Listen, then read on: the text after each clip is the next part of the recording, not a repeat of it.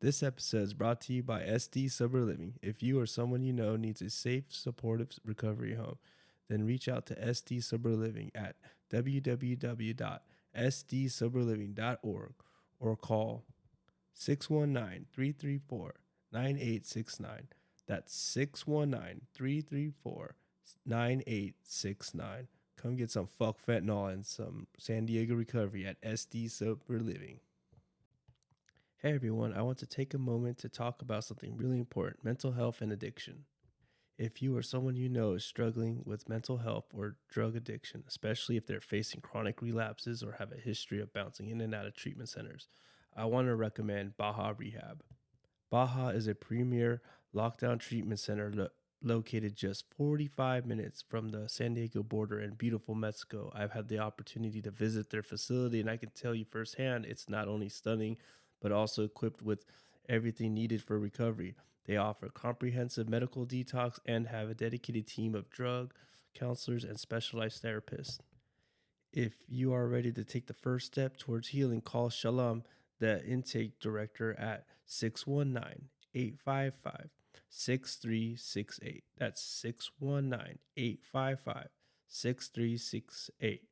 Your loved ones deserve a second chance, so don't wait until it's too late. Reach out to Baja Rehab today.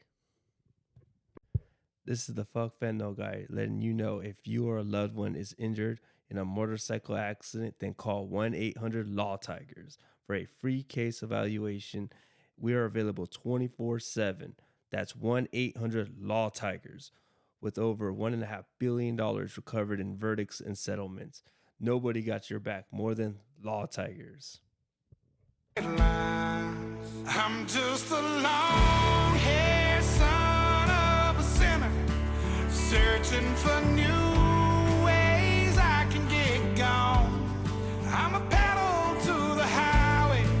If you ever wonder why we write these songs, 'cause I'm only one drink away from the devil. I'm only one call away from home. Yeah, I'm somewhere in the middle. I guess Yeah, good old Jelly Roll, son of a sinner.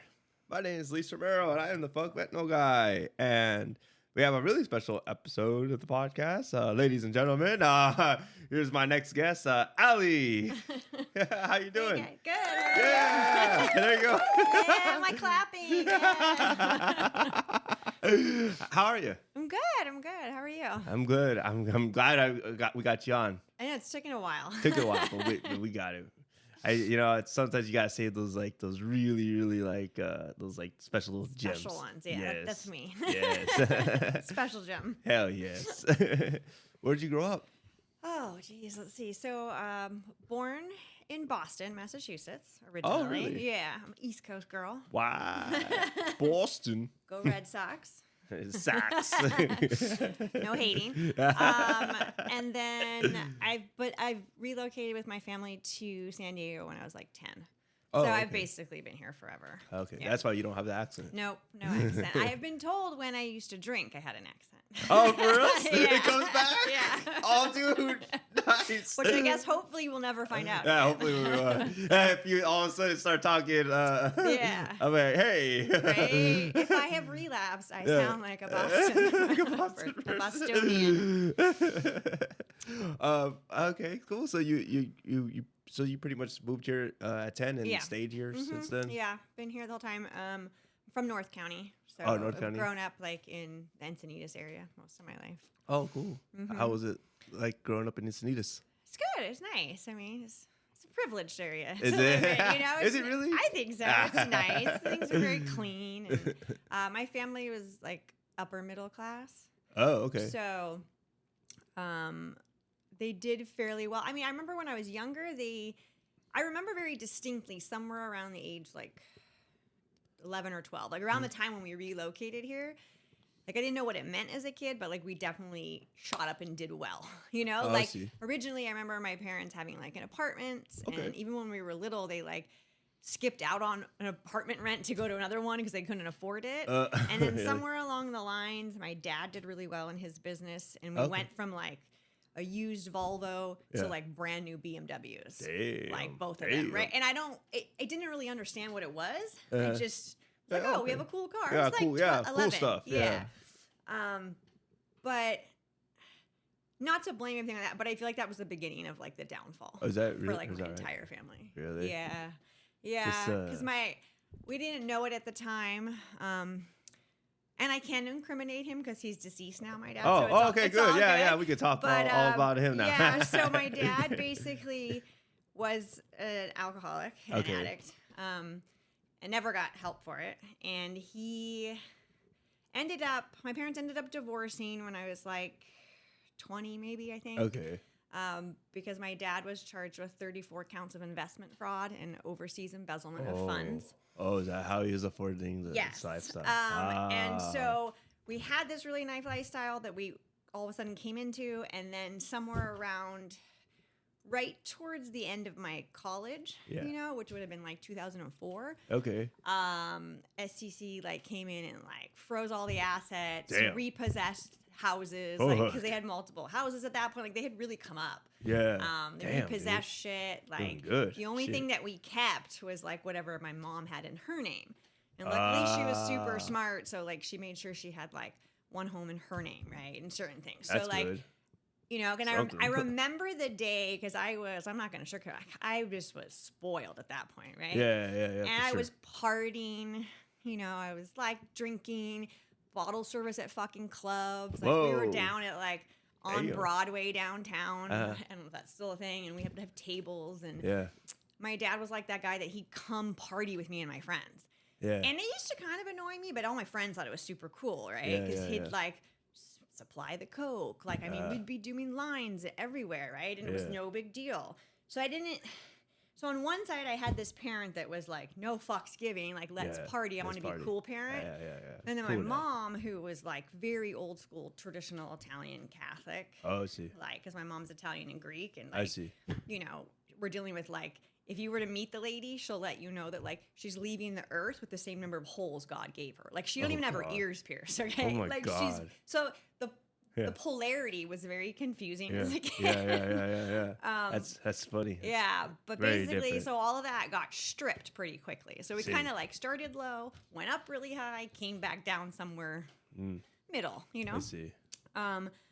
And along with that went like, I also had some trauma as a child that like I had pushed down. So my dad was sexually abusive, Yeah. and didn't really like process it all, I think, until later in life. But I basically ended up having a suicide attempt when I was like 21, like Okay. right out of college. Yeah. But my like disorder or disease of addiction started really young, but not in the sense of like the cocaine and the heroin and the, I was always like drinking and partying like at college. Mm-hmm.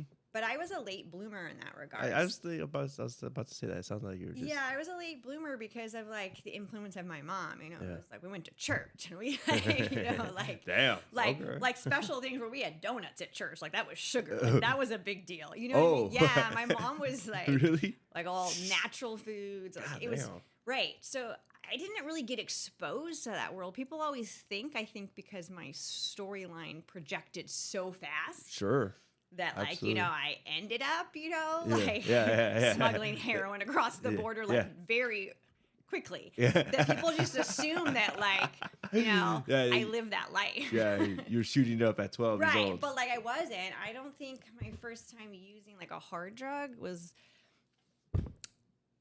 until like the very end of college. Like I had Okay. smoked weed and drank alcohol, right? Sure, like yeah. everybody. Yeah, and But I don't think I experimenting. started using like blow until like my senior year in college. Oh, okay. Like that was like I hadn't really done anything else before that.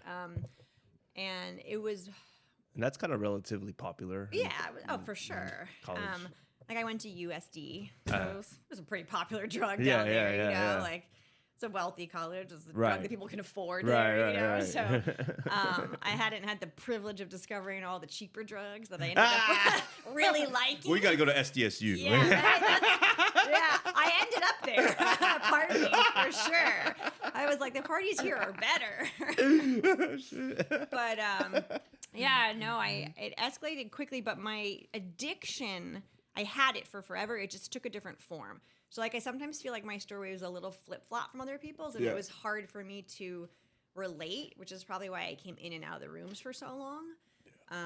You know, because the first time I came in was like 17 years ago. Oh, okay. Yeah, and then in and out. Yeah, and so like my now sobriety date is November 12th, 2021.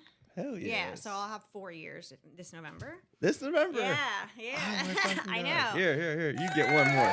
Yeah. Yeah. Thank you. Wow. But that's like the longest time I've ever had, right? In the 17 years that I've come in and Yeah. out. And Yeah. I felt like that was, for me, it was hard to connect with people like a lot of us. I was kind of like, I'm very outwardly social, but it was like a mechanism that I had developed to be like whatever I needed to be in my family, right? And my brother was severely depressed as a child. Like he still today suffers from severe depression. I see. Has had several like medical leaves of absences to get through school. He's Yeah. like, but I never understood my brother because he would like feel like, oh, I feel suicidal. And he'd call and check himself in somewhere. Yeah. And I was like mind blown. I was like, I either was just like I had an eating disorder. So I was either like in my eating disorder, in my drug addiction, or killing myself. Like there wasn't this like sense of awareness where I was like, oh, the adult rational thing to do would be, I'm not feeling well. I should call a doctor and check my, like, so my brother and I like very close, but really hard to relate to one another, you know? 'Cause he's very normal. Besides from the depression, he's a normie. Yeah, right, so like right. never sought addiction to soothe his depression. I see. Which mind boggled me. Yeah, I was right. I was like, why aren't you trying everything to feel better? Yeah. But there are people This will make you feel better. Right? There are people out there that are just like, no, that's illegal. And I'm like, oh, that's a thing? Ooh. Right? So, Right. So he was kind of favored by my mom. Because he had the morals that she I see. Yeah. And I sort Maybe that's of, why he was a little depressed. and I was favored by my dad. And like I mentioned, unfortunately, wasn't a great thing because I was abused by him. But my addiction turned into like a really severe eating disorder. I see. Like prior to ever reaching like the cocaine, like in 2004 or whatever, like I lived with a really bad eating disorder. So I had been to an eating disorder treatment center in Arizona for like 3 months. I had been to another outpatient, another treatment center. Really?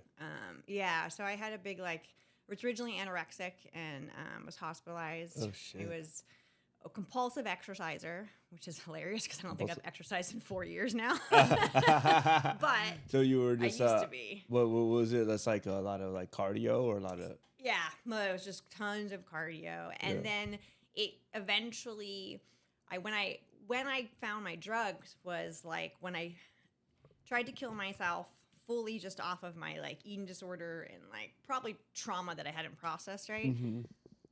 I started going to treatment and started getting help, and then it was kind of like I can't really do this thing anymore. People are watching me, you know, I spent right after my suicide attempt, I spent 3 weeks in Scripps Mercy Psychiatric Hospital. Oh yeah. Because I clearly remember when they like pumped my stomach and everything, and they were like, "Hey, are you going to do this again if we release you?" That like my best addict thinking was like, "Well, yeah, of course I'm going to do it again. I failed. I'm a fucking failure. I can't do anything right." Yeah. And so, unfortunately, based on that one sentence, the doctor decided to stamp my paperwork as bipolar. Oh. Which, looking back on it, wasn't really like a proper diagnosis, but that like followed me everywhere. So they started me. So I was on bipolar medication for years. One sentence. One yeah, line. I'm not a doctor, so I don't know, but I've been told like if you are bipolar, you're not able to be off your medication. Yeah. And I ended up getting off medication later. Yeah. So, and being okay. So I think it was more just like lack of when you starve yourself eating wise, like it damages your brain and like you're losing oxygen, all this stuff. Yeah, absolutely. So there's all kinds of stuff. So I spent like 3 weeks in the psychiatric hospital.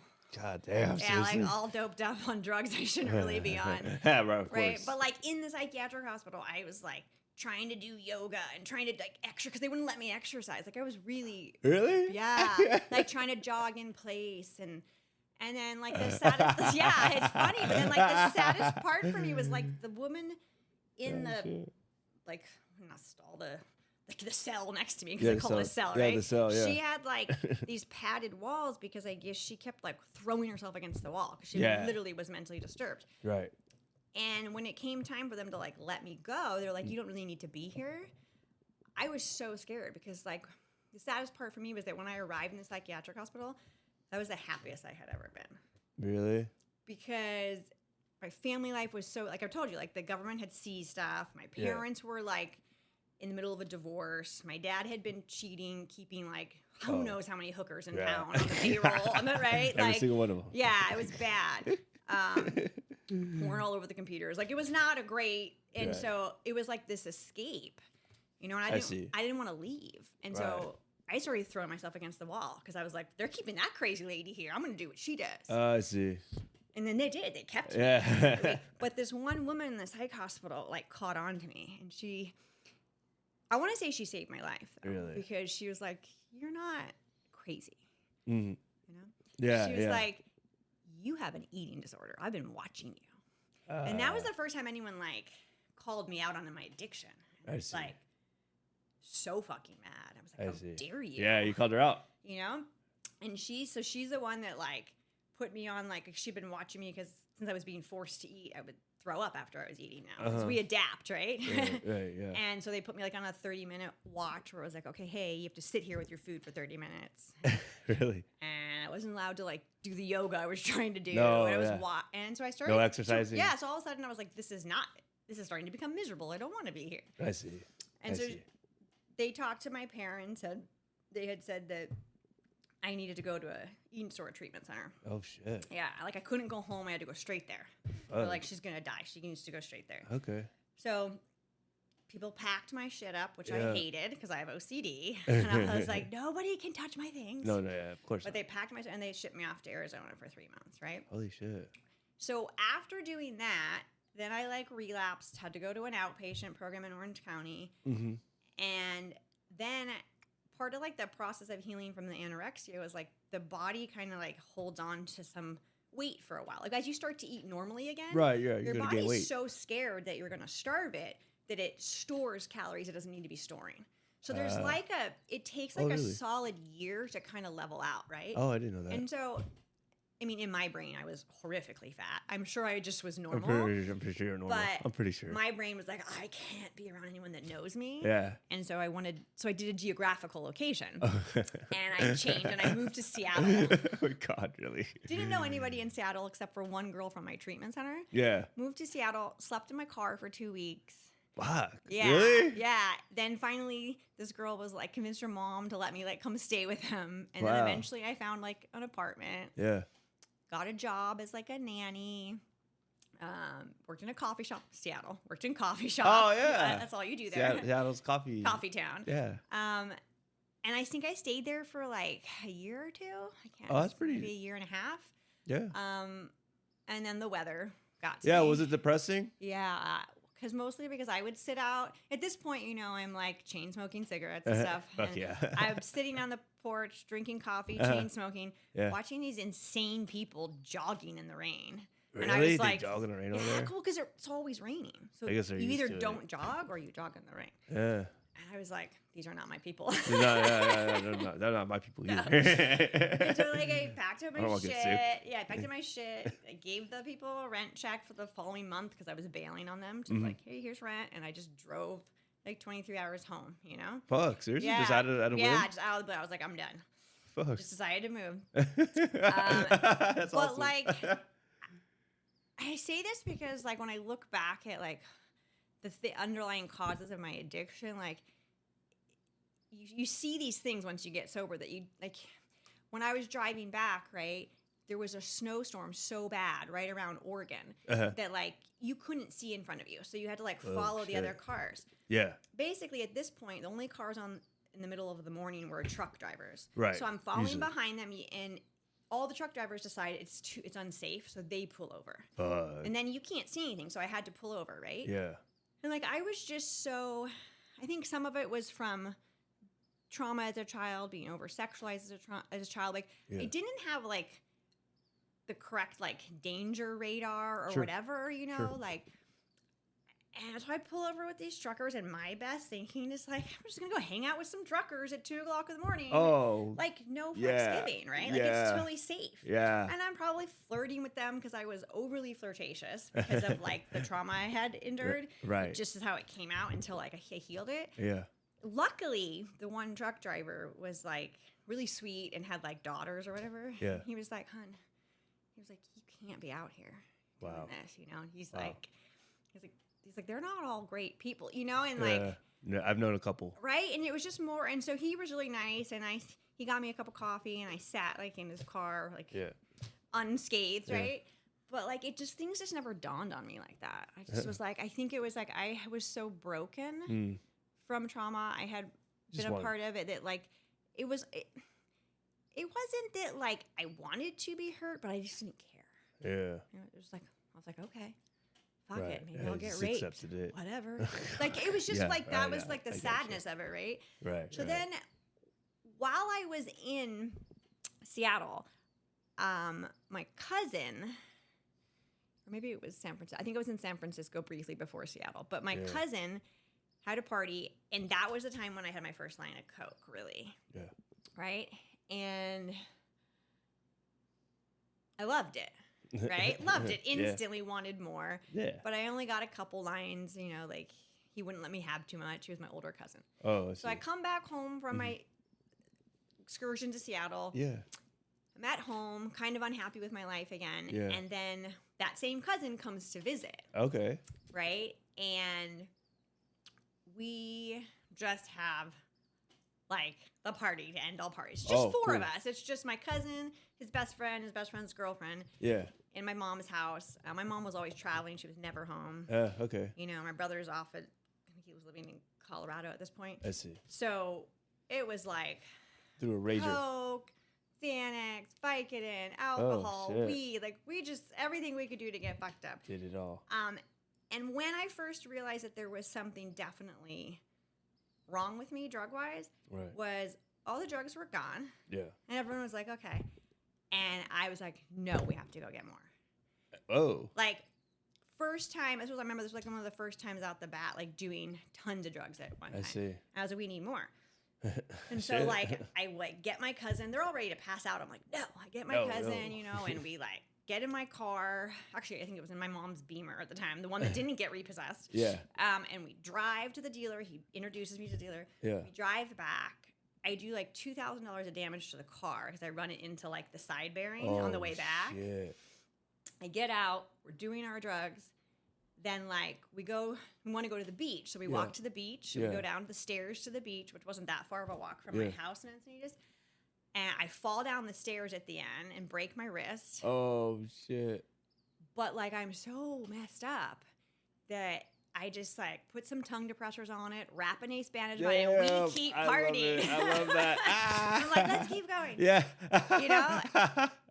Shit, but not realizing that, like, then the next morning I wake up. Oh, you feel the in pain. Excruciating. Yeah.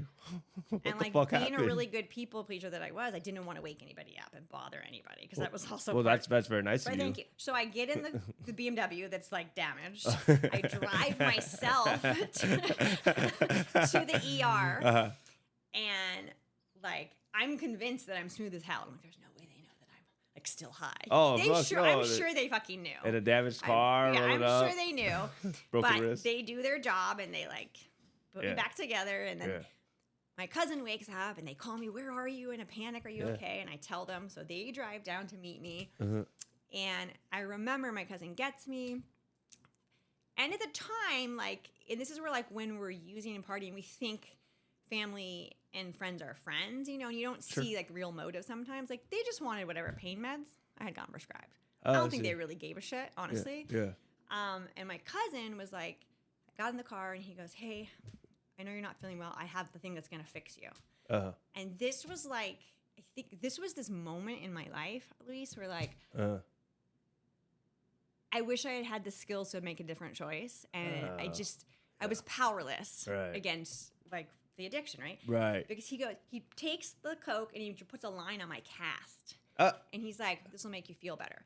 And I remember so clearly, and I've shared this story in meetings where I was staring at it, and the one part of my brain, I like to call it mommy side, the good side, was like, "This is fucked. Like, if this is a bad idea, don't do this, Allie. Yeah. You know, nothing good comes from this path." Like And the then little the other angel, side, the like my devil. dad's side, is like, "Fuck it, I'm gonna feel better." Right? Right? And I was like, Get it. and so like I just was like, and in that moment, I think another sad moment in my life was kind of like, I just really didn't. I was like, you know what? I'm so broken and so like sad, just broken inside that I was like, I didn't care. I was like, it couldn't possibly get worse. Like in my brain, I couldn't fathom that life could be worse than it was, you know? But I was also like 20 or something, maybe. So like, you know, I hadn't quite finished college yet. Like it was kind of like, I didn't know how bad life could get. And so I did the line, and then I see. from there, I could literally fast forward the trajectory because I feel like everyone just knows. Like, I mean, it just spiraled. So you did that line of coke. And And then, you know, and then I lived in PB. Oh, that's much better. Yeah, Much better. I lived in PB. Yeah. And, you know, I was driving with handles of vodka between my laps, doing lines off of CDs. You know, it's when we still had CDs Oh, in the yeah. car. I used to remember? do that. Yeah. I was like, what do people do blow on now? They don't have CDs. I know they don't have CDs no more. I guess their phones. Fuck. That's what my husband said. He Fuck goes, the phone. I was like, oh. Fuck. But yeah, Fuck I that. was That's like lame. at red lights, like doing Yeah. like just a shit show, right? I mean, having sex with anybody that would pay me attention. You know, having, let's just call it we'll call it what it is, prostituting myself for drugs. Sure. I mean, in my brain, I was choosing to sleep with all these drug dealers. Of course. But I mean, And in exchange, they go, here you go. I was like, cool, I want this.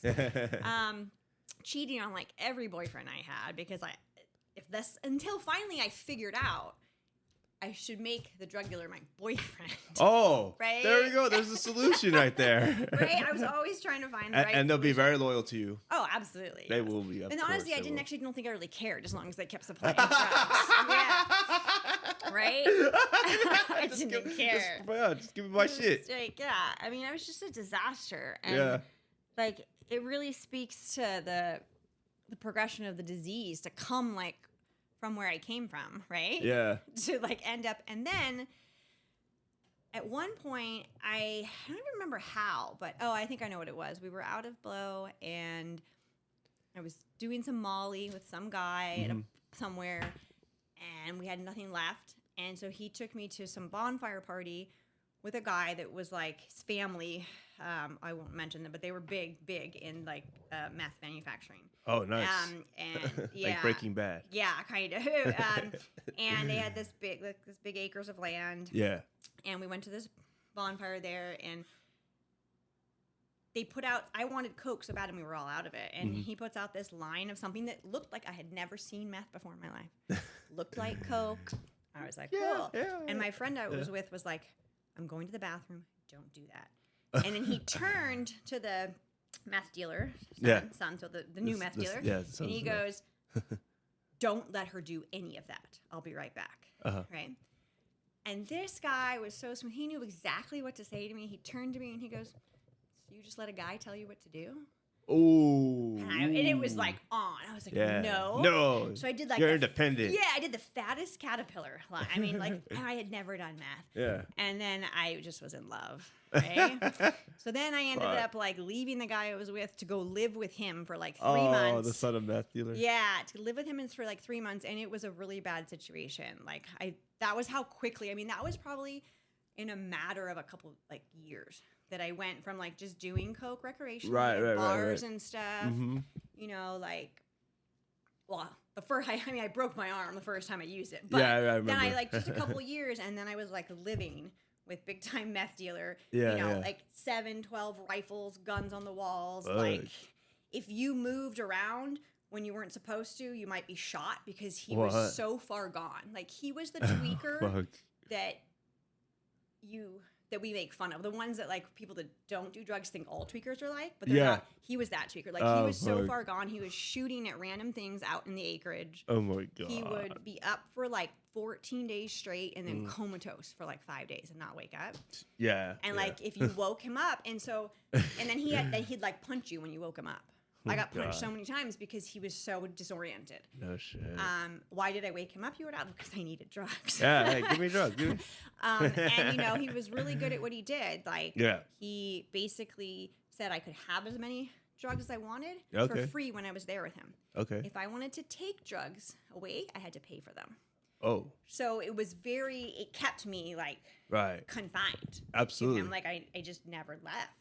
Right, right. And again, it was kind of like I'm going to call it a God shot, but it's kind of strange. If a God Right, shot sure. came in the form of cocaine, Okay, the form it of was cocaine. a God shot. Okay. Because this cocaine dealer I knew, Mm-hmm.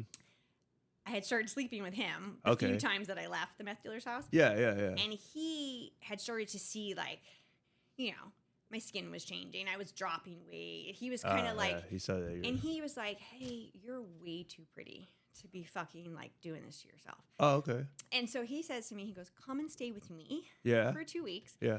I'll give you free Coke for 2 weeks and we'll get you off the meth. Oh, And wow. What a and I was gentleman. like- I know. And I was like, what? What a sweetheart. Yeah. And I didn't, and as much as I liked the meth, there was still that part of me that was Yeah, kind of like Coke. well, yeah, I liked Coke better. And I knew, like, I don't know why I knew then, but I knew that if I stayed there, I was probably going to die. Well, that's true too. Right? I mean, I was probably going to get shot or Yeah, something, yeah. like accidentally walking. And I just was like, I'm going to die here. And there was Yeah. enough of me that, even though I was miserable, some part of me that didn't want to die, right? That little piece of you that's right. like, Absolutely. so I left and I went and lived with this very generous cocaine dealer. Yeah, very generous. For 2 weeks. And we just, excuse my French, we just fucked and did a bunch of Coke for 2 Oh, weeks. there we go.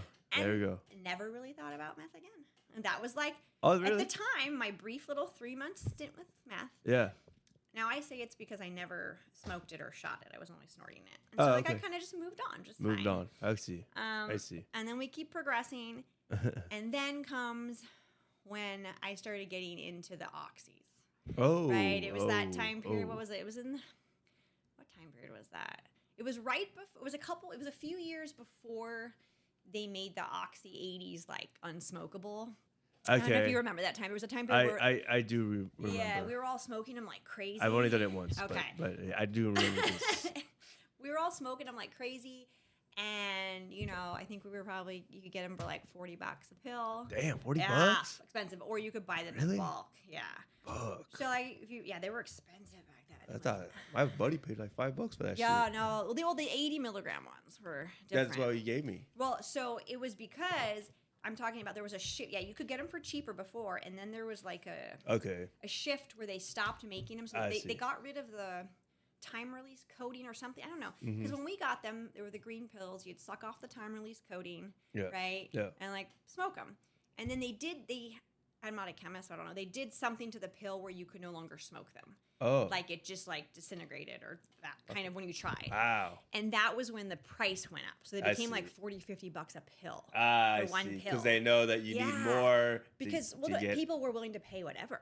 Yeah. Like there was someone trying. I mean, there were Assholes. people selling one for like $70 a pill. And people Whoa, really? People were desperate. It was insane. I can't remember. Yeah, fuck. it was like in my. I want to say it was in my 20s, my mid 20s. You could get like 2 grams of heroin Exactly, over here. right? So that's where we're going with that. Very Yeah. quickly, Yeah. I was like, this is not an affordable Yeah, habit it's anymore. not. Fuck that. But I had fallen down the opiate rabbit hole and was very hooked. Mm-hmm. And was getting sick without them. And so I went to this dealer house in Pacific Beach or Mission Beach for some opiates, for some pills, was trying to like finagle buying some in bulk to get a cheaper deal. Yeah. And it just so happened that my future husband Oh, future husband. had just entered the picture. I He see. had been living in Mexico, Oh, I see. living in Tijuana, absconding from the law. Oh, I see. Yes.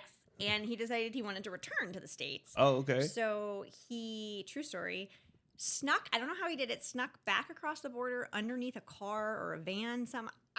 It was some Really? weird story. Like yeah. Cape Fear? Yes.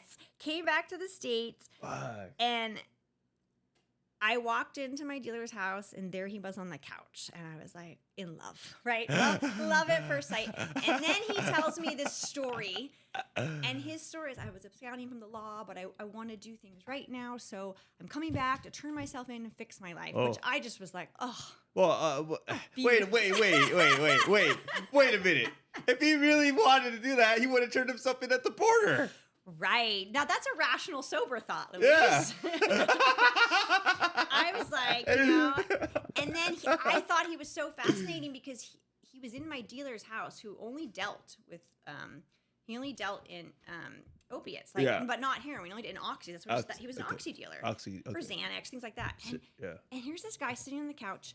We're like smoking the oxys, we're doing the coke, and he's partaking in none of it.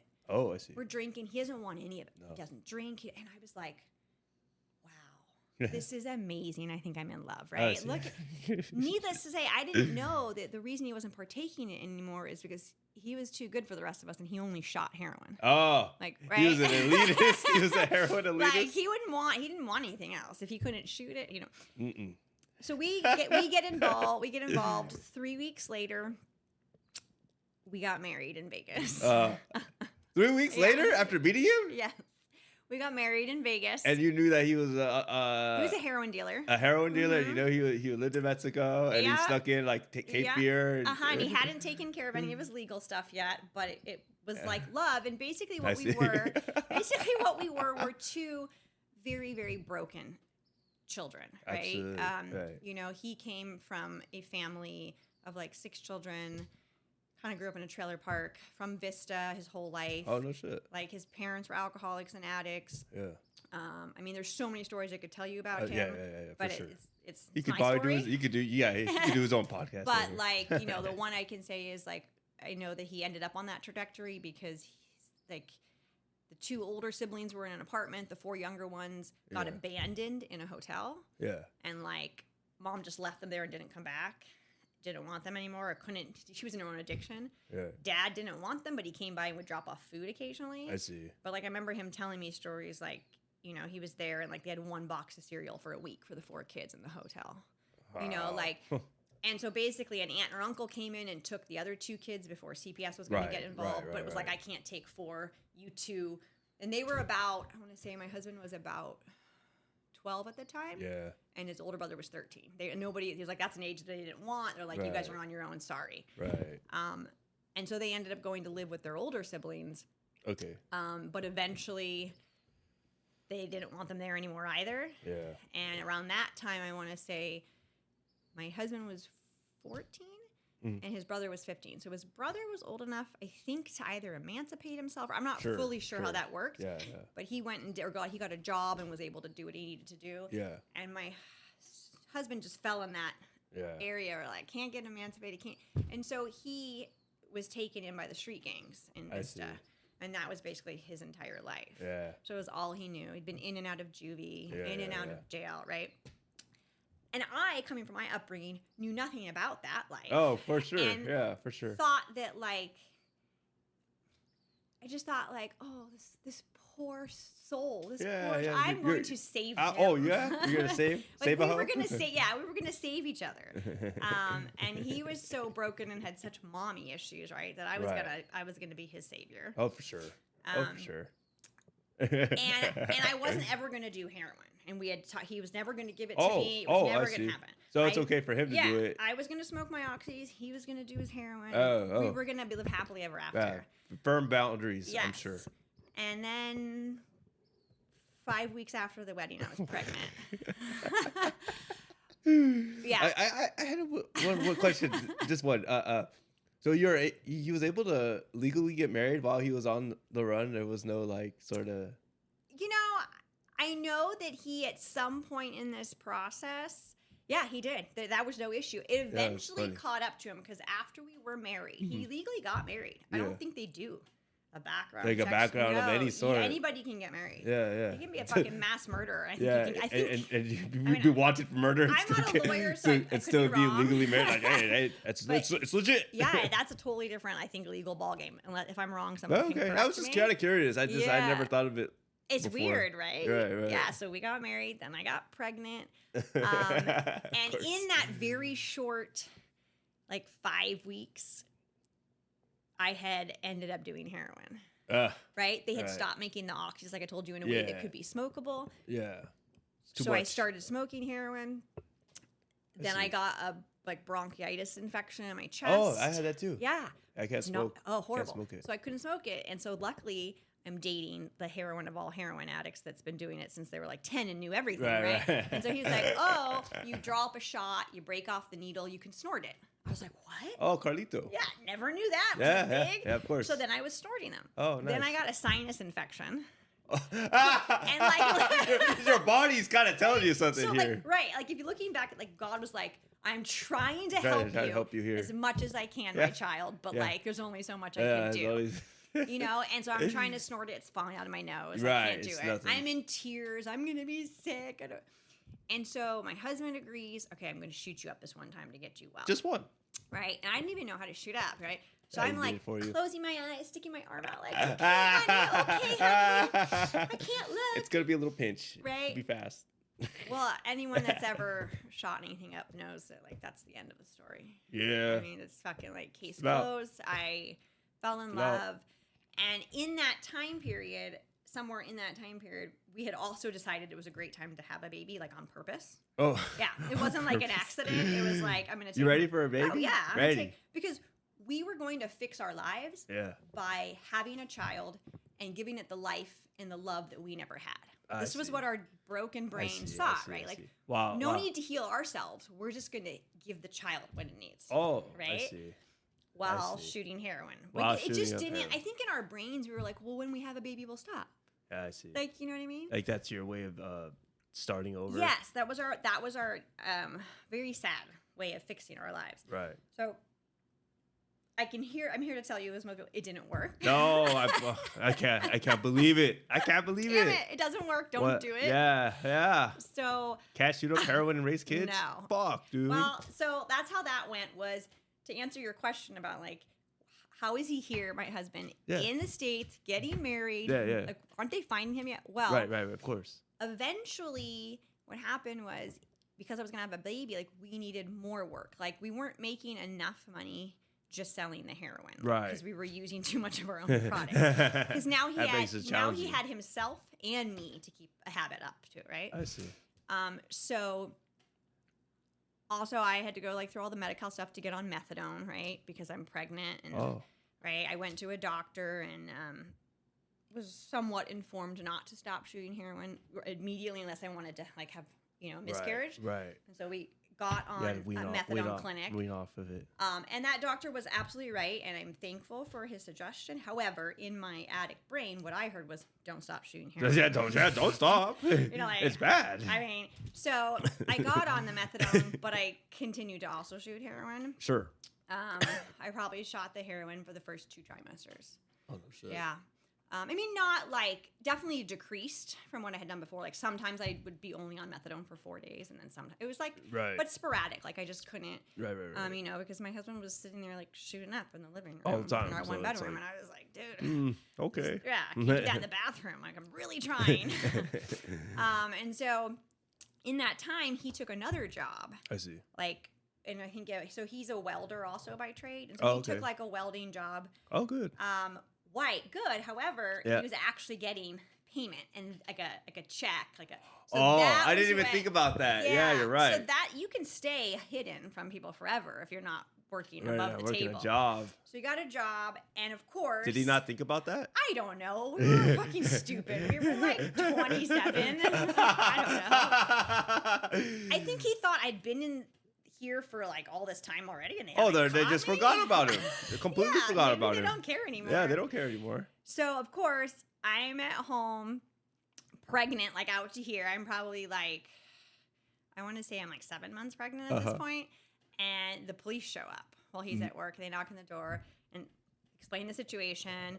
I tell him he's at work, and they were actually like, and I got to give props, like not all cops are assholes. These cops were really nice. Yeah. And they said, "Hey, we understand your condition, obviously, because I'm pregnant out to here." And they were like, "So what we're gonna do? It's Thursday. we're going to give him till Monday to turn himself in. He's like, if he turns himself in, like, we'll cut time off of it. It will be a short stint. Like, it won't even be that long. Yeah. Right? And so I was like, wow, really? Like, I had never had, like, grace from cops like that before, right? I had never, usually, I was like, oh, okay. Yeah, usually, it's I was like, that's really cool. He's really nice people. So then he did it, right? He did the right thing finally, and he turned himself in that Monday, and he ended up being locked up for like 2 months. And that was it. And then they were going to let him out. Oh, okay. And that would have been like, theoretically, the end of that story, and we could have started a life. Right, of course. All right, whatever. Of course. On heroin, but whatever. On heroin, but of course. he couldn't get, he was so afraid to get sick that like he snuck like sawed-off syringes and heroin and stuff into jail. Oh, with him. He stirred it. Yes, he stirred it. And when he got it, and then he fucked that up too, because when he got into jail, I remember him telling me, I remember getting the phone call, like, he got to his cell, and, like, once you're placed in your cell, you're fine. Like, you're good to go. So he took it all out to do his shot to get well. Well, he, like, you know, it's harder to get it right in jail. He did a lot. He nodded out with all the stuff out. Not an issue, because once they put you in your cell, they don't really come for you. However, another God shot, I guess, like, they had put him in the wrong cell. So they're calling his name over the fucking loudspeaker that he needs to, you know, so-and-so, you need to move. So they come to the cell. Yeah, get it. And like, and so he's like, they catch everything, right? You know, it's a whole thing. Red-handed. So like, he was kind of fucked. So he calls me and he's like, I don't think I'm getting out forever. I'm going to miss my baby. He's being born, you know, like we're all crying. Yeah, of course. Turned out they let him go after the 2 months. They let him go. Okay. This is where they're sneaky. They let him go. Mm-hmm. We think that we just got the Hail Mary, like we're untouchable. Right. Yeah, we're untouchable. Right, yeah. And then we're like, okay, we're gonna get straightened up and stuff, you know. So like, I start really only doing like I strictly to my methadone, like I'm supposed to, because I'm like, you know, I don't want CPS to come when the baby's born. Right, like, right. There's already so like attention. I straighten up as well as I can. I'm only doing methadone. Mm-hmm. He's out still doing heroin. And running across the border, right? And every time he's going across the border, we're checking on who, like, you know, like for warrants. Sure. Just to make sure. Just to make sure. And never a warrant. And like 5 weeks go by and we're going over there like every week. And no warrants, right? And so one time we don't check. And he goes, and that's when they had, so what they did was they let him out. They waited a little bit to let him get comfortable. Yeah. So that they could catch him committing another crime. Right? And get him. So they caught him coming back from the border. Got it. Busted him. Yada, yada, yada. And he had stuff coming. So he goes away now. I think it was like, I can't remember how much time he got. He ended up serving 2 years. Okay. Right? But in that time period before that, like in that brief period that they had let him out, is when I had my baby. So he was here for that. I see. But then when he got arrested, like, I had just had a C-section. I had a newborn baby. My baby was like 5 weeks old. I had no fucking way to make money. I had an apartment to pay rent for. Like, my mom and stepdad were like done with me at this point. They were not interested. Right. And I mean, they were around, but they just weren't. They weren't helping invested like that. Right. And I remember that my best thinking was like, well, I have to take over my husband's business. Like selling hair, right? Right? See. Yeah, so this is the point, and I think I've shared this one in some meetings, but this is the point where I decided I can do this. Yeah. Okay? Now, at this point, I have never shot myself up by myself. Really? My husband continued to do it for me all the time. Oh, no way. Yeah. All that time? It was another one. I mean, some people call it a control thing. I don't know what you were. Maybe you just trusted him. I don't know. I just was like, I don't know how to do it. You do it well. So I never really paid that much attention. Like, he made the shot, and then he gave it to me. I see. Full trust, right? I see. So I get his crossers, right? Because prior to that, I was the crosser when I was crossing drugs when pregnant, right? Because it's a great gig because they can't X-ray you. Oh, that's right. Yeah. So I was doing that throughout my pregnancy. Super not proud of that, but you know, I had stopped crossing when pregnant, and we started to get crossers. Or my husband was doing himself because I had gotten stopped once. I see. And like pulled into secondary or whatever, and like detained for No like shit. 6 hours. Oh, fuck. Questioned. Yeah, Like, yeah. you know, taken in the special room where you bend over naked up and down. Wow, when really? pregnant, like humiliated. Yeah. They eventually, because I never gave up the fact that I had drugs, keistered, they eventually let me go. No shit. Right? They wanted to take me across to the U.S. side to get like an ultrasound. Yeah. But fun fact, in case this happens to you, Yeah. they can't take you to do that without your signed permission. Oh, So you just don't sign. just don't sign. Yeah, you just don't sign. And then eventually they keep coming back and trying to like put the heat on you and make you, But and then they- they let you go. Yeah. They let you go. I Because like, see. unless you're willing to sign, and why would you sign unless Why would you sign? Yeah, Unless yeah, you really were innocent, right? Yeah.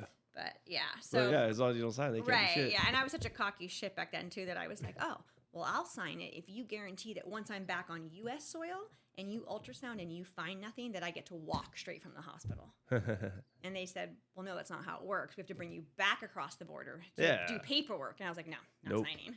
Yep. Like, I was so stupid. Like, I was trying to call their bluff. Like, what if they had said yes? You know? Like, Sure. And they find drugs. right? But the point of that little detour story is that, like, that's why I had stopped crossing. Because, like, Let's see. I got so scared. That was, For like, sure. a moment where I was, like, 7 months pregnant, crossing the border. I was like, I'm going to have my baby in jail. Like, I have to Yeah. fucking get my shit together. And And that's that was, not like, good. when I stopped. I only did the methadone. I was like, I I see. refused to cross for my I husband see. anymore. I And we see. got crossers. So now Okay. back to the story we were at. I Mhm. contacted these crossers Mhm. and was like, hey, I need you guys. You know, so-and-so got locked up. Yeah. Can you come cross for us? Well, again, being so, I want to say it, naive Uh-huh. to this kind of game, you know, coming from the background I came from, I was just very trusting when I shouldn't be, right? I see. And so these people were like, she just recovered from a C-section with a baby, and she's not very scary, right? So they took it as I an see. opportunity to steal from us. Because dude's locked up for and- 2 yeah. years. He can't retaliate. Yeah, and he can't do They nothing. figured we're not afraid of him now. Right. So they took all the money that I had. Like, I didn't have anything else. I gave it all to them to pick up a bunch of dough. Fuck, seriously. And then they come back and have this story where, like, they got robbed. Oh, but they. But when they came to me, they were so sick. And when they came back from TJ, they weren't sick. I was like, right. And then we managed to scrape like $40 together, and they were broke when they came to me to like get just enough to get well, and we brought you some. So Oh, how nice. I knew this was bullshit, but I wanted to get well. So I was like, okay. Wow. And so this was another moment where like, I don't know why God decided to save me, Yeah. but he did, right? Right. Like, I had never shot up before, like myself. So I had never like made the heroin. I had never boiled it. I Yeah, had yeah, never yeah. done it. My husband Really? did. No, You did my all husband that. did it. So Uh-huh. like, I knew how to do it because I'd watched him. Uh-huh. So I did it. The problem is he would make his shot, which was like black tar colored. Back, yeah, Okay. it's- And it's- like a full syringe. Yeah, of course. And then he would draw some up for me that was Yeah, maybe a like little, like a couple- little yeah, baby one. and he would dilute the fuck out of it. Because I didn't have yet the habit that he had, right? Yeah, So yeah, like yeah. not many people have So the he habit that watered he it has. down a lot. So I didn't know that he watered it down. That was the part that I never like paid attention to. So I drew up the correct amount for my shot, but it was like Dark. chocolate colored, like dark, Yeah, dark. really dark. And fucking instantly like OD'd. Fuck. And so these two guys that had just robbed me are in my house. I have a 5-week-old baby sleeping. Oh no. Right? Just finished healing from a C-section, and they're like throwing me in the shower, like apparently for like 30 minutes, trying to resuscitate me. Yeah. For whatever reason, I don't die.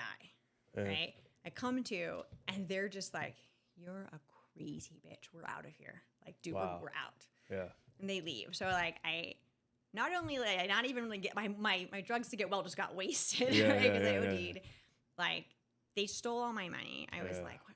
So I That's had nothing crazy. left, you know. And like, thankfully, our family is willing to sometimes, if you're lucky enough, like help out again, right? And so like I called my mom and my stepdad, and I was like, hey, like, and I don't think they really knew that I was doing heroin. Yeah. Like they just knew that I had married this piece of shit in their Sure, minds. Sure, of course. Of course. And didn't agree with it. Right. So they came and had to help me like pack up my brother came, pack up my whole apartment because I couldn't do it because I had just had surgery. Yeah. And like you know what an apartment of 2 heroin addicts looks like, right? They had to fucking like clean it so Damn, like they I mean, did? yeah, like that was one of the biggest amends I had to make, Yeah. like a living amends to Yeah. my mom when I started doing. They the probably felt program. like they're like in a movie set. Like, what the fuck? Oh yeah, my is mom. this? To this day, my mom is like, "There's nothing that you will do that will ever pay me back for that." They cleaned me up. I don't know ceiling. How did they do that? Right? Yeah. And like, what I didn't mention on this journey is before like getting heavily into heroin Yeah. and all of that, I had gone to rehab twice. Oh, And okay. I went to the McDonald's Center once, Oh, and I went to Aurora outpatient. Yeah. Oh, okay. I had done that just for like the oxys and the cocaine, basically. Oh. Yeah. So I had done that. Nothing against those programs; they are great programs if Yeah. you work them correctly. Yeah, like I just right. wasn't ready. Yeah. You did a You know, stint. no. And yeah. I just wasn't ready. And like one of them was because I had cheated on a boyfriend, and it was like the only thing that he was. If I went to rehab, he wouldn't leave me. Oh, So cool. that, you Wow. know? What a good Right. compromise. And the other one was like something to do, like it was my mom's ultimatum kind of a thing, you know. Yeah, for sure. But yeah, so I ended up divorcing my husband. I see. Because Wise decision. well, because he got back out Uh-huh. 2 years later, and during that 2-year time period, I had come back to the program for a little bit, Yeah, sure. and then he got out. We got back together, of course. Of as we do. course. And I went. We were living in Vista again in an apartment together, and he was on probation, and he had missed a probation appointment because I had driven him every time to his probation appointment. Okay. There was one time I couldn't drive him, so he missed it. So Wow, I was really? sleeping with, we had like a 2-year-old at this point, right? Yeah. I'm sleeping with my 2-year-old on the mattress on the floor in our apartment in Vista, and he's supposed to be at work down the street welding because he Yeah. was trying to do a legit job. Yeah. But we were also selling heroin on the Sure, side. sure.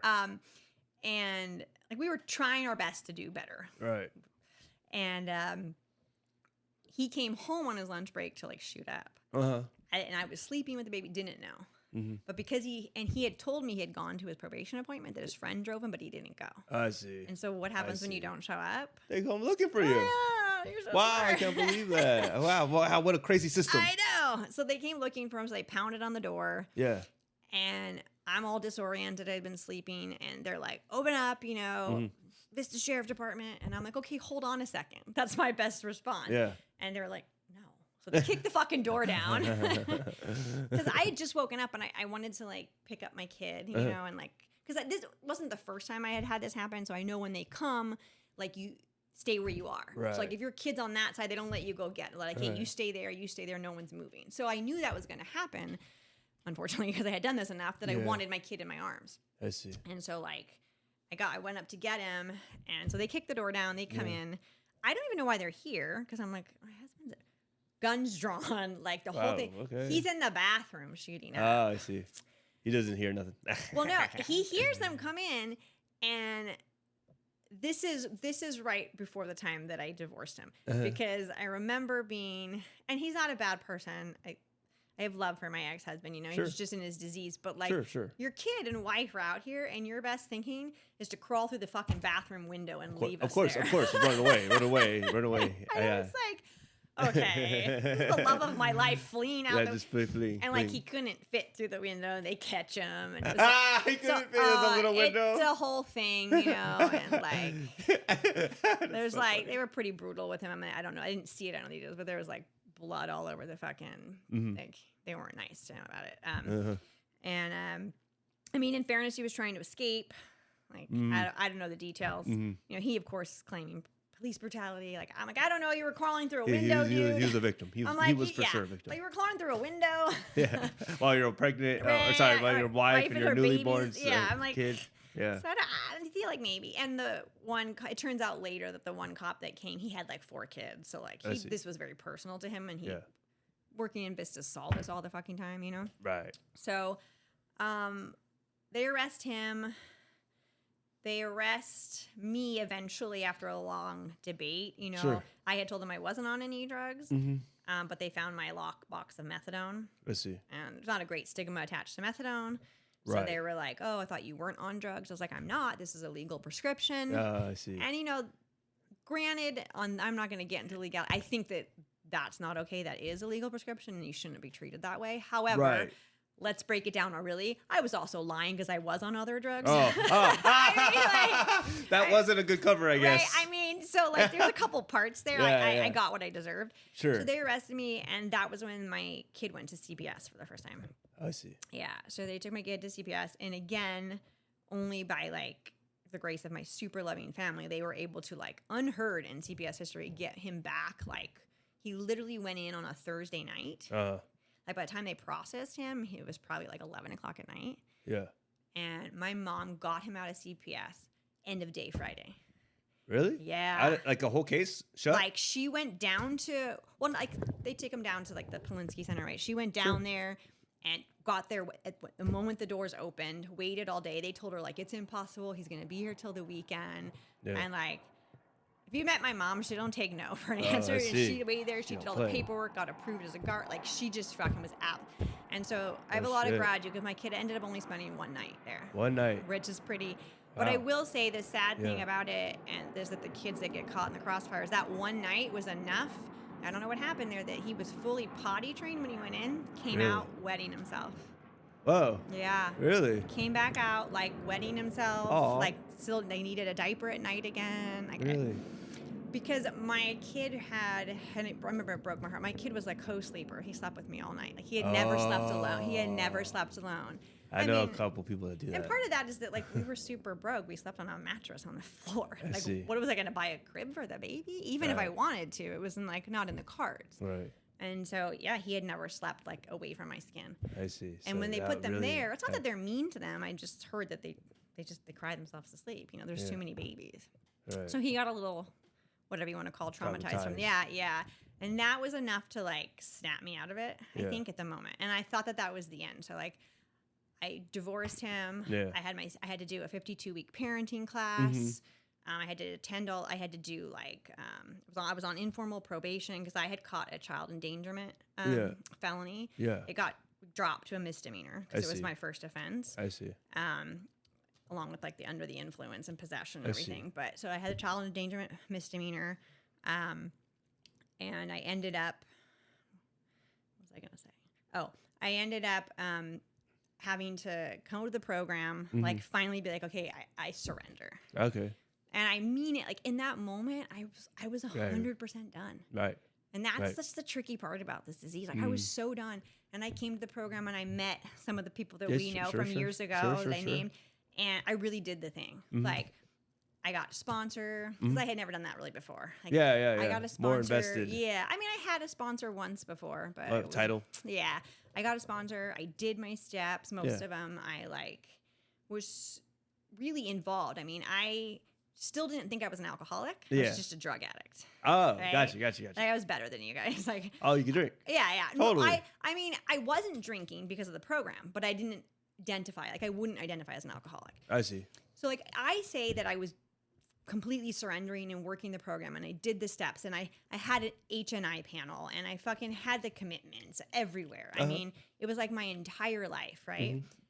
And so in my brain, I was doing it, and so and I got a little bit over 2 years sober. Okay. And then my ex-husband got out of prison. Oh, there we go. There we go. Which was kind of the common story. Sure. Like, I probably skipped a few rounds, but that happened a lot. And can't keep track of all And then of I'd them. be like, hey, thanks, guys. This was great. I think I don't need it anymore. Okay, got it. I'm going to go over here, right? Yeah. And the one thing that I had never done, though, was in all the times that I had come to the program and gotten, like, 6 months, 90 days. I got a year once. Then I got 2 years. I never finished all 12 steps. Oh, okay. No, I mean, it was either a sponsor had to drop me or I had to get a new sponsor. There was something, right? Yeah. But I never got to it. Yeah. And it was always some excuse to, like, you know, like, I had a sponsor that relapsed on me. Okay. So I was like, well, that's a good reason to go out. Good reason, Nobody will blame me, right? Right. Or, like, I had a sponsor that dropped me when I was on step 9. Not because of any, she dropped me and a friend of mine that, you know, we both were sponsee sisters. Oh, okay. And she and I had the same sponsor back in the day, and she had to drop us due to personal issues going on outside, Oh, right? okay, She just sure. had stuff going on. So she just Which, couldn't do it. like, now, when you finish your program and like, okay, people have shit going on and it doesn't have anything to do with you. Right. But in the early sobriety, you're like, Yeah, you can't take it there's personal. something wrong with me. Like, why Right. doesn't she like me? Like, fuck you. Yeah, You know? of And course. so, of course, I was like, well, I tried for a little while. Mhm. I tried to sponsor my sponsee sister so she would not have to be without a sponsor. Oh, that's hilarious. But I didn't have Without- one. without- And then we both fucking went out. Oh, that's hilarious. So there was like, you know, I don't know what it was. I just never quite Sure. got it. But I really thought this last time, but when my kid, you know, had been taken to CPS, that like I had reached a low and it was like, this was the time. This Yeah. was going to be the beginning of my life. Yeah. I was going to get this right. And I Right. really was happy in the program. Yeah. Like I was doing really well. But like there were certain things that now that I look back on it with Mhm. having finished the 12 steps now, having 4 years of sobriety, Right. like having actually surrendered, like I see where I wasn't surrendered. I see. And like one example of that is I secretaried an AA meeting in Claremont, Okay. but couldn't get out of my own way and my own ego to the point that I was not an alcoholic. And so I would stand up as secretary and say, hi, my name's Allie. Yeah. I'm an addict. I'm an addict. An addict. Okay. Right? Okay. So like there was no respect for this program, right? I see. That Bill and Bob created. There was Sure. no respect for the foundation of Alcoholics Anonymous. I see. That came before to create like Cocaine Anonymous or Heroin Anonymous, right? Like, Right. and I still to this day, I'm gonna say like I don't do a ton of Alcoholics Anonymous. It's like meetings. It's not really my program. Sure. But I wouldn't have the programs I have without that program, Yeah, right? it's the core. And the so, core like, one. I just, Got it was that kind of thing that I didn't connect with. You know, it was I things see. like going up and saying, hi, I'm a junkie while I'm secretary in an AA meeting. Yeah. You know, like refusing for 6 months, refusing. Right. So now looking back, there were little things like that where I just wasn't Okay. letting go. I see. Right? I was unwilling. I see. Okay. I feel that too. Right? Because I don't have a drinking problem. Right. I've never had like alcohol dependency. Right. You know, so I get that. You know, and it's like, but I also know, and it took me a long time, and this was the first go around that I got it, because I also knew that there were times that I left the program and said, I'm going to show you guys I don't have an alcohol problem. And I left to drink like a lady. Oh, drink like a lady. And I'm going to tell you, I drank like a lady. Wow. Well, that's 100%. very impressive. And, you know, so it'd be like a glass of wine. Yeah. And I'm Italian, so that's like food for us, right? A glass of wine. Like at 8 o'clock at night with dinner. Yeah, a glass of wine with like Christmas Yeah. Eve dinner or Thanksgiving or a beer with a friend, you know, like Right. never surpassed more than 2 drinks ever. Really? Ever. Like it's just not my drug of choice. Yeah. But it's still a drug. It's just not Yeah. my drug of choice. I have a question because this is like a Yeah. problem for me. Do you actually like the consumption of alcohol, or is it just like you just like that tiny little head change Tiny little head change. and just and socialize? I don't really.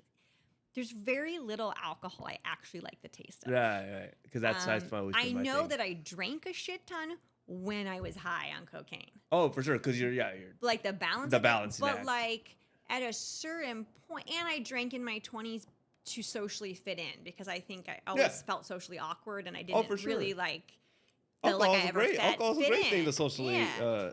be accepted. And also, like, going when all I wanted was blow, and I'm in like a club downtown. If I am fucking crazy high and I don't have a drink in my hand, at some point, people are gonna start to wonder. Yeah. What's really right? going? Yeah, but no, like, I seriously was Yeah. that girl that like would be in the club, you know, with a Diet Coke and rum, and I'd drink half of it, and then I'd excuse myself to the bathroom and pour it down the sink. Yeah. And do rail lines off Right, the toilet. Like yeah. that was what we're talking. So like, Yeah.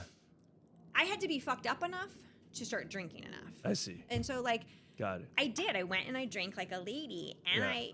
I want to say like there was a period of time when I did that and it probably lasted like a year. Okay. When A whole year. when ex-husband was incarcerated. If Oh. he was out, it wouldn't have worked because I would have. But like it I lasted like a see. year, right? Where I see. I just drank occasionally. I mean, I maybe had 7 drinks in the whole fucking year. That's and so it. I was like, maybe I don't need the program. Yeah, you're a strong, Right? independent woman. And I'm not here to tell people like what works for them. It's just my story, right? So like maybe some people can do that. But what I found Right. is that it took me a year to end up shooting heroin again. I see. Now, yeah, there was some timing things. You know, love of my life, got out of prison. The Ah. access to heroin was granted again. Right, So, like, right. some timing issues.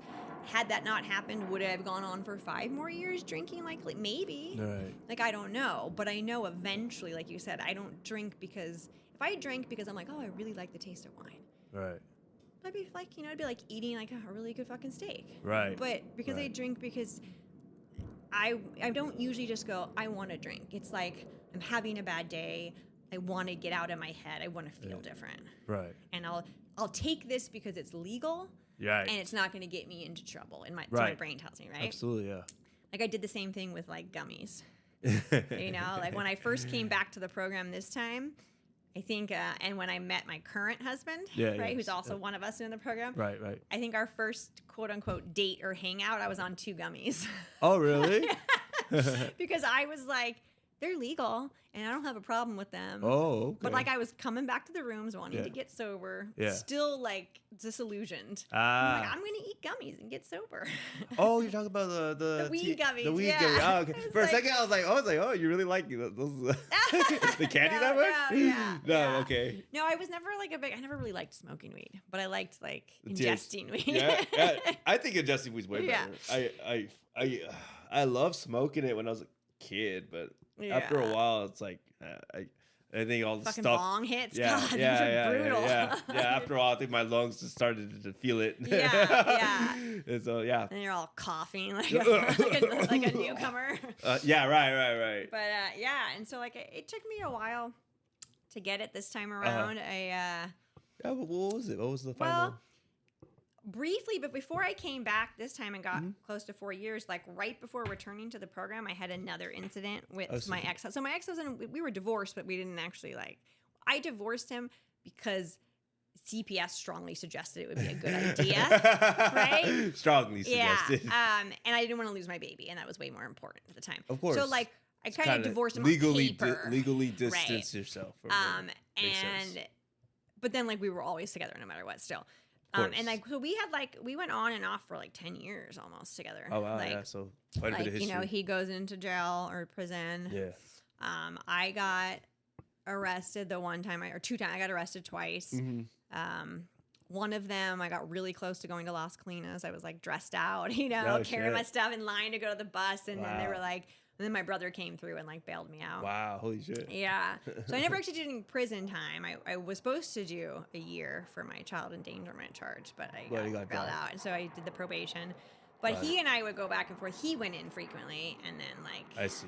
I would come to the program because I didn't have any friends or any social life outside of the drugs and my kid. Right. And I would like get what I was missing and start to feel really good. But like still have one foot like incarcerated with my husband, you know, like visiting, sending letters, pictures, like living this like this weird jail duality. Yeah.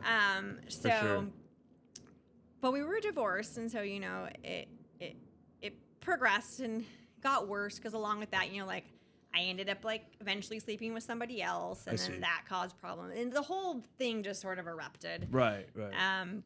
But this time he was absconding from the law like about maybe 5 years ago. Again. Okay, I was about to say it again, but I was trying to be nice. So the last thing he had done was really stupid, but was trying to make money. And it's always that, like, I'm trying to make money so that I can get out of the life I'm in. Oh, for sure. And so they had decided to go down to a pot farm somewhere, he and his buddies, and dress up in like SWAT gear and pose as officers and raid the place. No fucking way, dude. And they ended up zip tying people. And fun note, if you zip tie someone and move them more than 6 feet. Kidnapping. I know it's that kidnapping. law. I know that law. Okay, just for the listeners out there. Like my buddy did 8 years for that. Yeah, so that was bad. And there was a lot of charges. And I remember he was like, all the other people got arrested, and he was like hiding in a ditch somewhere for like 2 days. Fuck. And was Osama bin Laden? Yeah, was like calling me from the ditch, like, I need you to get close and pick me up. And I was like, how am I in this again? Wow. Like, how did I get here again? Right. And I was like, fuck. And so we have such a codependent, like, toxic relationship, he and I. still so much love for him, you know, but like, just, we're like, what's that song? Fire and gasoline. Oh, yeah, we're like fire and gasoline for sure. for sure. That's like, yeah, you just get us like in the vicinity of each other and like shit's gonna burn. Right. And so of course I had to help him. And so I let him come to my house with like 2 bags of, it only belonged like 2 bags of true trash bags. And like, you know, there's like needles in all the trash, but it was a shit show. And he's staying, and at the time I'm living with my mom. Oh no. So I'm hiding him in the house. Oh, you know, my this God. is like after 10 years of bullshit and all the stuff she's done for me. I'm hiding him in there. Yeah. And he buys a new cell phone, Okay. but forgets to turn the other one off. Uh-huh. So the police, who are desperately looking for him, track him to our house. Fuck. I like, and Wow. you know, Wow. and at this point, my mom had remarried to my stepdad, and they had a home in Rancho Santa Fe. Okay, it was a very nice area. Richard, I'm familiar. Okay, so I'm familiar. like 7 SWAT cars pulling up in the middle of the night in Rancho Santa Fe. It's a thing. Yeah. Like they'll talk about you know, it. Like when it happened to us in Vista, it's like a Tuesday. Over here, I always see police whatever, over here. right? So this was like, and my mom, like, it was embarrassing for her. Oh, This yeah. was like, Oh yeah. oh my God. And they come, and I come out of the house, right? They have me come out, and it's a whole thing. They have me handcuffed against the car because I refuse to cooperate. They're like, we know he's up there. And I'm like, we know he's in there. I was like, he's not here. Mm-hmm. And of course, he's hiding in the attic in my room, right? And he's not here. So like, the last run-in that I had before getting sober this time was like, I had sworn I would never get in a situation where they would take my kid again, right? I'm handcuffed to the car, lying to the cops. They're threatening to put me away. Yeah. They won't let me go back in the house. I'm watching my my mom go in and carry my son out, right? Like, I'm carrying my son out asleep. Yeah. Right? He's like, 10 at the time. Okay. Like, and I'm like, I had this like outer body. I was like, how the fuck did I get here again? Yeah. Like, I just literally was so baffled. Like, I don't understand how I couldn't see how I had made this happen again. Yeah. And they ended up going in there, pulling him out of the fucking attic. God damn. Right? And found him. Yeah. And luckily the cop was like, hey, you look like you have a good family. You look like we want you to have a chance. Like we're not going to arrest you this time. Yeah. We just really came for him. Right. We're like, but you need to. He was like, this cop took me aside. He was like, you need to fucking change something. He's like, or this is going to be you next time. Fuck. And I was like, Kept it real. I was like, he's like, we're going to be pulling you out of an attic somewhere, or you're going to die. Fuck. And I was like, okay. Right. Yeah. And I was like, the worst part of the story is like, I had actually been kind of clean for that point. Yeah. A little bit, because I was trying to clean up. Right. And I wasn't trying not to do drugs, but I was hiding him in my house. And 2 minutes before the cops came, I was like, okay, I think we're safe. I'm gonna hit the quag. Like gonna. Oh wow. So I literally had smoked some meth 2 minutes before they showed up after not having done anything for like a week. No shit. So I was like. So paranoid. I was like, oh my God. You know? That's like a commercial almost. Oh my God, it was terrible. And the cop had to know. And he just was like, look, he's like, get your shit together or we're going to come back for you next time. Wow. You know? And my mom was just done with me. Like, sure. It was just Makes like, sense. yeah, like we're going to take your kid and kick you out if you don't figure this out. Right. Like, I think she was at the point where she was going to like, because, you know, she was being all of a mom and just trying to, like, she didn't want to take my kid from me. No mom really wants to. Right. But at this point, she was like, It's like almost, we're going to take your has kid, to happen, you know, and kick you out.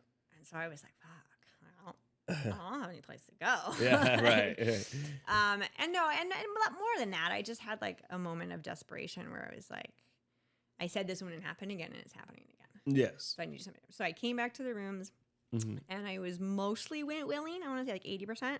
Good. That's and I started. I like for the first month I was still kind of eating gummies, and then I stopped, and I was like, okay, I can't do that. I get that. Yeah. And I went like almost 6 months. I think I got like 5 months clean. Okay. But I didn't have a sponsor, and I wasn't working steps. Right. And I had met my now husband, and we were dating. And then I had a really pivotal moment, I think, that shifted everything for me, which was like another one, but this one actually stuck, which was like the ex Okay. had gotten out of jail again. Again. Okay. I feel like a broken record. And right. I, at this point, was the first time when I knew I didn't want to be with him. Like I didn't want to be with him. Right. I was very much in love with my current, like soon to be husband. We were dating, right? Right. And I knew that like this was the right path for me. Right. But there was Makes just sense. this old behavior, this pattern of always going back to him. And I also didn't know how to, like I was afraid to say no. Right. Like, because he was never violent ever to me, but he was just aggressive with his temper about losing me. You know what I mean? Of course. He's and I was possessive. and I was afraid that he was going to like go to my new boyfriend and tell him things I had done. Yeah, I don't know what I thought was going to happen. For sure. Try to sabotage. Yeah. And so like I kind of out of like guilt, like went to him. And I think there was like a 2-week period that we were like hanging out. And I think I probably like had sex with him twice. Right. Sure. But while still with Yes. my boyfriend at the time. Yes. Yeah. And it was the first time in my life. Yeah. I'm not saying that find a partner and that's because really you should get sober without being in a relationship. That's the right thing to do. Right. But for me, like I had found someone for the first time that I valued enough that like there was this new feeling where it was like, ooh, I don't like that I did this thing to this person. Like I usually didn't care in my addiction, right? Of course. And I felt like sick about it. And I decided that it was like I had to be honest. I had to tell him. And I was terrified because I knew that what was going to happen is I was going to tell him, hey, I slept with my ex-husband. Yeah. And he was going to leave me. Sure. Right? And then I was going to have nothing and I was probably going to go back to my ex-husband just because I don't like to be alone. Right. And I had no self-worth. And so I told my boyfriend at the time, now my husband. Yeah. And I want to say that his, like God spoke through him to me that day. Like it was his forgiveness that literally like saved. I'm gonna cry. Like saved my soul. I sat in the car and I told him, and he was like really quiet, and I was ready for the only kind of men I knew that were gonna be. Was he gonna hit me? Was he gonna fucking kick me out? Like literally push me out of the car while it's moving? The extreme. Yeah, and he had like, what was he at the time? I don't know. He had like 4 years of sobriety, maybe 3. Okay. Oh no, he had. I'm trying to think. I think he maybe had 3 years of sobriety. Okay, some time. So he had some time, and had worked a good program, and he just got real quiet. Yeah. And I was like, oh fuck! And he looked at me and he said, "Thank you for telling me." He's like, honestly, he's like, I'm just so glad that you made it back alive and you're not dead. Okay. And I was like, what? Yeah. And I was like, okay, this is a trick. There's something else coming, you know? Right. And he's like, don't get me wrong. He's like, I'm not fucking happy. Well, He's like, but he's like, I forgive you. And I'm just glad that you're like a fucking alive. He's like, I knew something was wrong. Like you were being a little distant. He's like, it's just good now I know. Right. And like, I had never had somebody like respond to me with such grace and kindness. Right. You know, like an understanding of what I was struggling with. Yeah.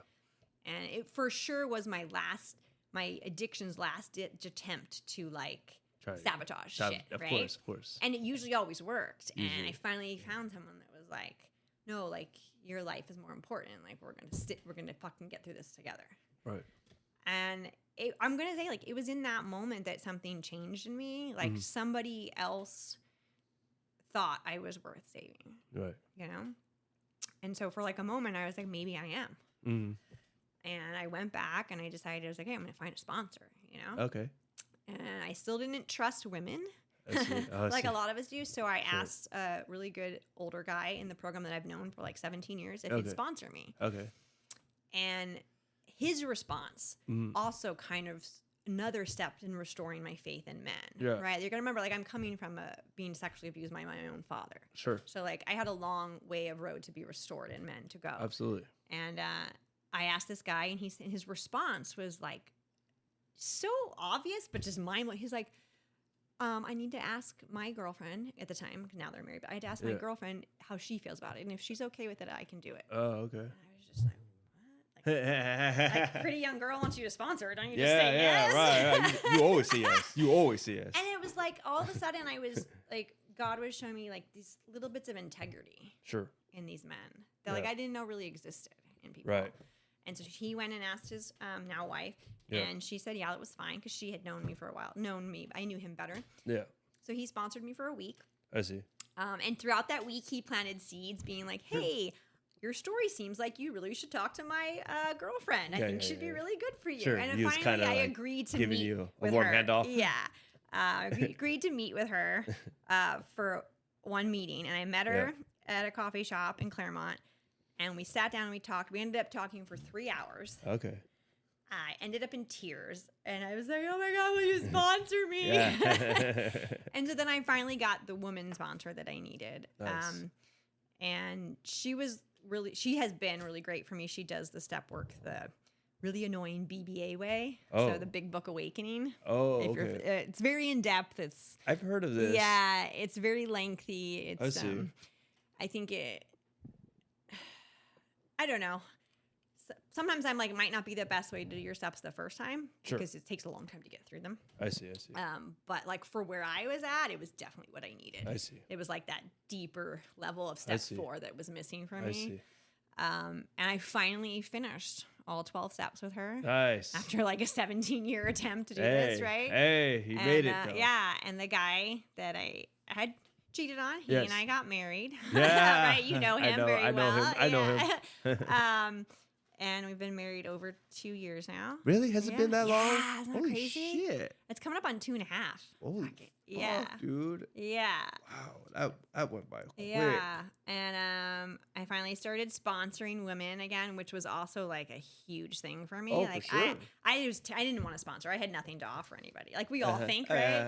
And I feel that. sponsored a couple people. I have 2 right now. Yeah. And then I had one and she went back out for more research. I see. You know her research. too. Research, yeah. Yeah. Always research. But you know, it's been, I think the biggest gift that I've gotten, I guess, from my sobriety is like, I was just sharing at a CA meeting last night, and like the topic was like love intolerance or something, you know? Okay.